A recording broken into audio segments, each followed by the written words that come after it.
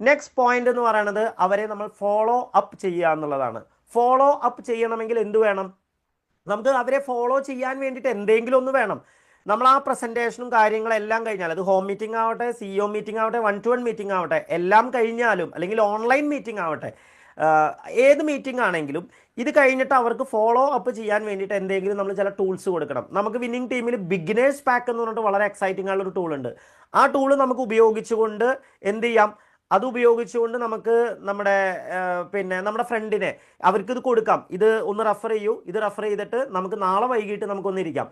എപ്പോഴും നമ്മൾ 24 മണിക്കൂറാണ് മാക്സിമം പറയാം. 24 മണിക്കൂറിനുള്ളിൽ നിങ്ങൾ പ്ലാൻ കൊടുത്ത വ്യക്തികളെ നമ്മൾ രണ്ടാമതായിട്ട് മീറ്റ് ചെയ്തിട്ടുണ്ടാവണം. ഇപ്പം ചില ആളുകളുണ്ട് പ്ലാനൊക്കെ കൊടുത്തതാണ്, ഇനി എന്തായാലും അവർ പോയി, ഇനി അവർ നമ്മളെ ഇങ്ങോട്ട് വിളിക്കുന്നതും കാത്തിരിക്കും. ഒരിക്കലും അത് ഉണ്ടാവില്ല.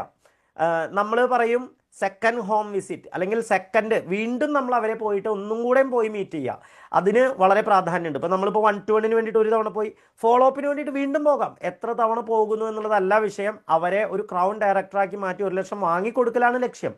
ഓക്കെ, അല്ലാതെ നമുക്ക് എന്നാൽ മാത്രമാണ് എനിക്ക് പാസീവ് ഇൻകം കിട്ടുള്ളൂ.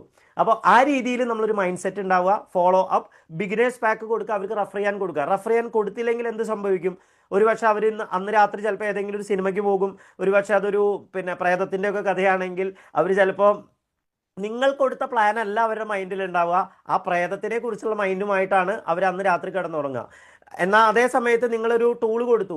അതുപോലെ തന്നെ നമുക്ക് വിന്നിംഗ് ടീമിൻ്റെ ഒരു വളരെ എക്സൈറ്റിംഗ് ആയിട്ടുള്ള ഒരു പ്രോഗ്രാമാണ് gift A CD. Gift A CD എന്ന് പറഞ്ഞാൽ വിന്നിംഗ് ടീം ആപ്ലിക്കേഷൻ്റെ ഉള്ളിലുള്ള ഒരു ഓപ്ഷനാണ്. നിങ്ങൾക്ക് അതിൽ ആ ആപ്ലിക്കേഷൻ അവരെ കൊണ്ട് ഡൗൺലോഡ് ചെയ്യിക്കുക. ദെൻ അതിനുശേഷം അവർക്ക് നമുക്കൊരു CD ഗിഫ്റ്റ് ചെയ്യാം. ആ CD അവർക്ക് കേൾക്കാൻ സാധിക്കും. CD means audio programme. ആ ഒരു സീരീസ് അവർക്ക് കേൾക്കാൻ സാധിക്കും. അത് കേട്ട് കഴിഞ്ഞിട്ടുണ്ടെങ്കിൽ കുറച്ചും കൂടി അവർക്ക് തീരുമാനം എടുക്കാൻ സപ്പോർട്ടീവായിട്ട് മാറുന്നുണ്ടാവും.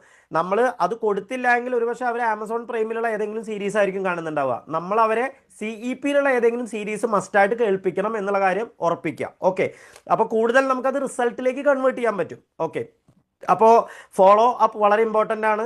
24 മണിക്കൂറിനുള്ളിൽ നമ്മൾ ചെയ്തിട്ടുണ്ടാവണം.